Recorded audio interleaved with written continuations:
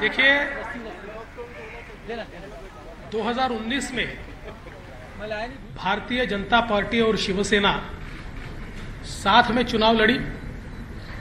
माननीय प्रधानमंत्री जी के नेतृत्व में हमें पूर्ण बहुमत मिला। बीजेपी को 106 सीटें, शिवसेना को 56 सीटें और कई अन्य लोग हमारे साथ आए। 170 तक हमारी मेजॉरिटी जा रही थी। माननीय प्रधानमंत्री जी ने चुनाव के दरमियान भारतीय जनता पार्टी के मुख्यमंत्री का नाम भी ऐलान किया था, सबको मंजूर भी था। किंतु चुनाव के बाद शिवसेना के नेताओं ने यह निर्णय किया कि हिंदू हृदय सम्राट शिवसेना प्रमुख बाला साहेब ठाकरे जी ने जिन विचारों का जीवन भर विरोध किया, जीवन भर जिनसे लड़ाई की और जिनके बारे में वो कहते थे कि अगर इनके साथ जाना पड़ा तो मेरी दुकान बंद कर दूंगा, ऐसे लोगों के साथ अलायंस किया। और उसके बाद 2.5 साल हमने एक सरकार देखी जिसमें न कोई तत्व थे, न कोई विचार था, न कोई गति थी, न कोई प्रगति थी। जो सरकार चालू इंफ्रास्ट्रक्चर के प्रोजेक्ट्स को बंद कर रही थी, जो सरकार लगातार भ्रष्टाचार के आरोपों से लिप्त थी, जिस सरकार के 2 मंत्री मनी लॉन्ड्रिंग में जेल में गए, दाऊद के साथ रिश्ते, इसका आरोप मंत्री पर लगा, बावजूद उसके जेल में जाने के बाद भी उनको मंत्रिमंडल से हटाया नहीं गया। तो एक प्रकार से पथभ्रष्ट ऐसी सरकार भारतीय जनता पार्टी ने, जिसको लगातार विरोध किया, ऐसी सरकार शिवसेना के माननीय उद्धव जी के नेतृत्व में कांग्रेस एनसीपी की सरकार चली। और इस सरकार के चलते शिवसेना के विधायकों में बड़ा रोष था। उनको लगता था वापस वोट मांगने जाना है और आज तक जो बातें कही उसके विरोध में काम हो रहा है। जिनके खिलाफ जिंदगी भर लड़े उनके साथ बैठे, वोट कैसे मांगेंगे। साथ ही में उनकी कॉन्स्टिट्यूएंसी में उनके खिलाफ जो हारा उसको पैसा मिलता था, फंड्स मिलते थे और ये सारी चीजों से एक बड़ा अनरेस्ट था। और उसके चलते श्री एकनाथ शिंदे जी के नेतृत्व में शिवसेना के विधायकों ने एक ही मांग की कि कांग्रेस एनसीपी के साथ हम नहीं रह सकते और ये गठबंधन तोड़ा जाए। किंतु उनकी मांग मंजूर नहीं हुई। माननीय उद्धव जी ने हिंदुत्व छोड़ दिया,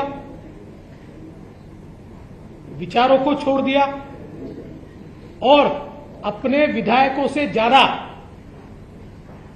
कांग्रेस और एनसीपी की बात दिल को लगाकर रखी और उन्हें ही महत्व दिया।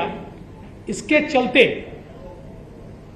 इन विधायकों ने अपनी आवाज बुलंद की। मैं इसको बगावत नहीं कहूंगा, ये आवाज बुलंद की और आवाज बुलंद करके इन विधायकों ने ये कहा कि आप बाहर निकलिए, नहीं तो हम इनके साथ नहीं रहेंगे। और ऐसे समय जब सरकार के पास बहुमत नहीं रहा और मुख्यमंत्री जी ने इस्तीफा दिया, तो हम ये लगातार पिछले 2.5 साल में कहते थे कि अंतर्विरोध से भरी हुई सरकार है, ऐसी सरकारें चलती नहीं है और ये सरकार जब गिरेगी तो एक अल्टरनेट गवर्नमेंट हम देंगे, हम महाराष्ट्र पर चुनाव नहीं ला देंगे। इसलिए एकनाथ शिंदे जी के साथ शिवसेना जो है, शिवसेना के नेता के रूप में आज उन्होंने मुख्यमंत्री पद के लिए अपना क्लेम माननीय राज्यपाल जी को दिया। भारतीय जनता पार्टी के हमारे गुट ने उनको पूरा समर्थन दिया। हमारे 106 और उसके साथ साथ उनके साथ और हमारे साथ जो इंडिपेंडेंट्स और छोटी पार्टियां हैं, इन सभी के समर्थन का पत्र आज हमने सौंपा है और गवर्नर साहब ने श्री एकनाथ शिंदे जी को 7:30 बजे शपथ के लिए न्योता दिया है। आज केवल एक ही शपथ होगी श्री एकनाथ शिंदे जी की, और फिर हम लोग सारी कार्रवाई करके उसका एक्सपांशन करेंगे। एक्सपांशन के समय शिवसेना के जो विधायक उनके साथ है, कुछ इंडिपेंडेंट्स है, हमारे 106 विधायक हैं। इनमें से जो ज्येष्ठ वरिष्ठ लोग हैं, जो हमारी पार्टी तय करेगी या उनकी पार्टी तय करेगी, ऐसे लोगों को मौका दिया जाएगा और मंत्रिमंडल का एक्सपांशन किया जाएगा। मैं इस सरकार को पूरे तरीके से सहयोग करूंगा।